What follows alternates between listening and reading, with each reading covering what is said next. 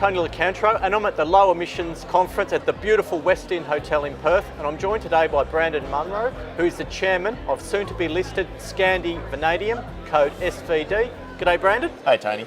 Congratulations on the new venture. Thank you, it's very exciting. Very exciting. So ScandiVanadium, it's got nothing to do with scandium. But it has everything to do with Scandinavia. Scandinavia, which I think is probably a little bit of an underestimated place for mining because Sweden has such a great culture in the mining sector. Can you tell us about this new venture? Sure, it's a vanadium-only exploration company. What we found is that the exploration risk is somewhat limited because it's a sedimentary host deposit. There's a huge amount of historical information that gives us a good idea that the shale-hosted vanadium ore is there. But of course we'll have to drill it to understand its thickness and its grade and its metallurgy and so forth.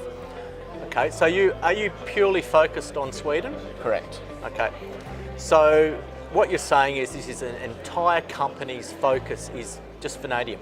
Vanadium in Sweden, and the appeal with that, Tony, is that we see a very broad opening in supplying vanadium redox flow batteries into the EU.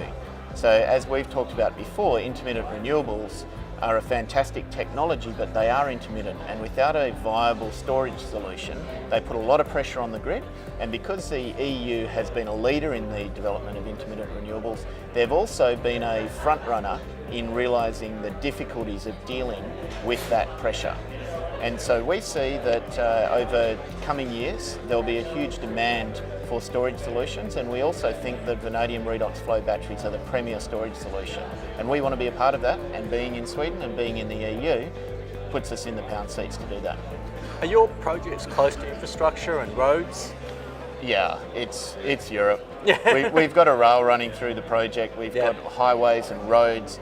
The Trelleborg port, which is the busiest roll-on roll-off port in Sweden, is only about 80 kilometres from the project, linked by rail.